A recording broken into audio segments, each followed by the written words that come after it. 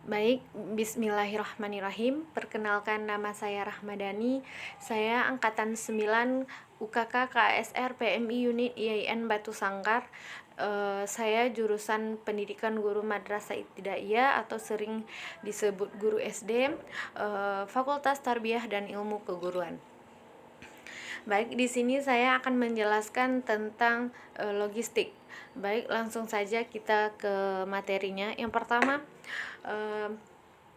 istilah logistik pada mulanya sering digunakan untuk kepentingan gerakan militer, yaitu terkait dengan mobilisasi sejumlah besar personil lengkap dengan peralatannya secara cepat daripada waktu yang tepat ke tempat tujuan yang tepat. Jadi maksudnya di sini logistik itu pertama kalinya digunakan untuk mobilisasi sejumlah besar personil sesuai dengan peralatannya. Apakah jumlah personilnya sesuai tidak dengan peralatannya dan ke tempat tujuan secara tepat. Selanjutnya, seiring dengan perkembangannya perindustrian, maka logistik juga berkembang. Yang pertama yaitu bagaimana memperoleh bahan baku industri dalam kualitas yang baik dan juga kuantitas dan harga yang lebih baik serta dari sumber bahan baku yang tepat. Selanjutnya, bagaimana memasarkan hasil industri dalam kualitas yang baik serta kuantitas yang memadai dan juga dengan harga yang menguntungkan secara cepat, aman ke tempat pemasaran yang tepat. Jadi maksudnya di sini bagaimana kita memasarkan hasil industri dalam kualitas yang baik, kuantitas yang memadai dan harga yang menguntungkan. Maksud dari harga yang menguntungkan saya beri contoh. Contohnya dari produsen ke konsumen sampai ke konsumsi, ketiganya memiliki keuntungan yang standar, tidak boleh satu pihak dirugikan. Selanjutnya, secara cepat dan tepat ke tempat pemasaran yang tepat. Jadi, logistik adalah mekanisme pendukung dalam rangka penyediaan barang dan jasa. Logistik bukan merupakan suatu program, dan logistik terlibat sejak awal untuk semua kegiatan. Jadi, logistik itu bukan suatu program. Jadi, logistik itu bagaimana suatu program itu berjalan dengan baik dengan adanya logistik gitu. Jadi bisa dikatakan layanan dan pendukung agar suatu program itu berhasil. Jadi dapat kita simpulkan kembali bahwa logistik adalah proses perencanaan, implementasi, serta pengendalian dan aliran material sejak titik asal sampai ke tujuan hingga berhasil. Dan juga bisa diartikan sebagai upaya untuk menyediakan sarana dalam pemenuhan barang dan jasa. Selanjutnya, kenapa logistik? Kenapa Palang Merah harus memakai logistik? Karena dapat memiliki keuntungan. Yang pertama, logistik yang baik akan dapat meningkatkan transparansi dan akuntabilitas organisasi PMI. Jika kita memakai layanan pendukung logistik, maka kita akan meningkatkan transparansi dan akuntabilitas organisasi kita sendiri. Bukan hanya organisasi Palang Merah, tetapi semua organisasi dan layanan suatu program yang membutuhkan logistik. Selanjutnya, jika memakai logistik, citra PMI akan baik di mata masyarakat, pemerintah maupun pendonor gitu.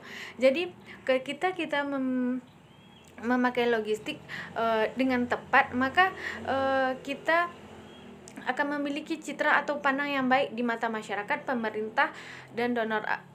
Selanjutnya, logistik yang kita tahu tadi bahwa logistik merupakan upaya untuk penyediaan sarana yang diperlukan untuk memperoleh barang dan jasa.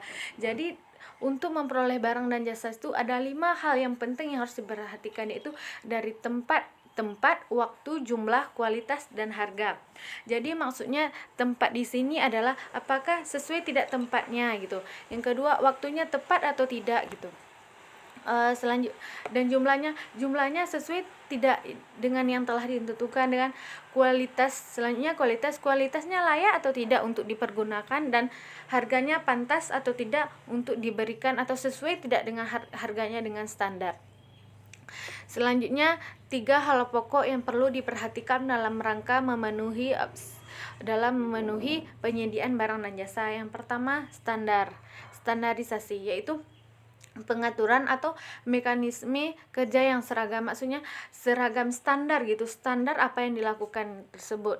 Yang kedua, sistemnya. Sistem maksud di sini sistem yang fleksibel untuk mengontrol mata rantai pasokan barang untuk memenuhi kebutuhan untuk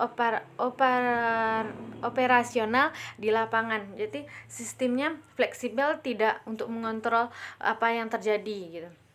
Selanjutnya, sumber daya manusia yang profesional.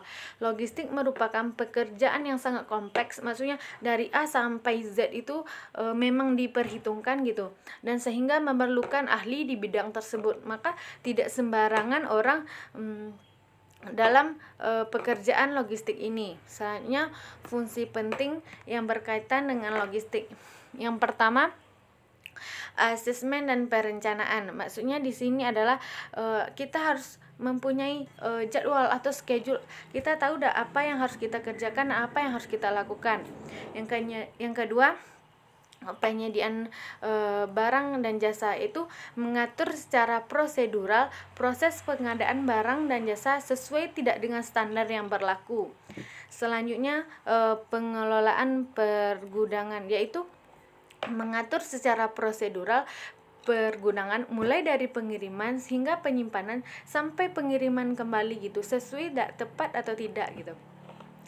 Selanjutnya, pengolahan transportasi, yaitu mengatur secara tepat proses pengiriman barang secara cepat dengan menggunakan transportasi yang tepat dan hingga aman sampai ke tujuan gitu.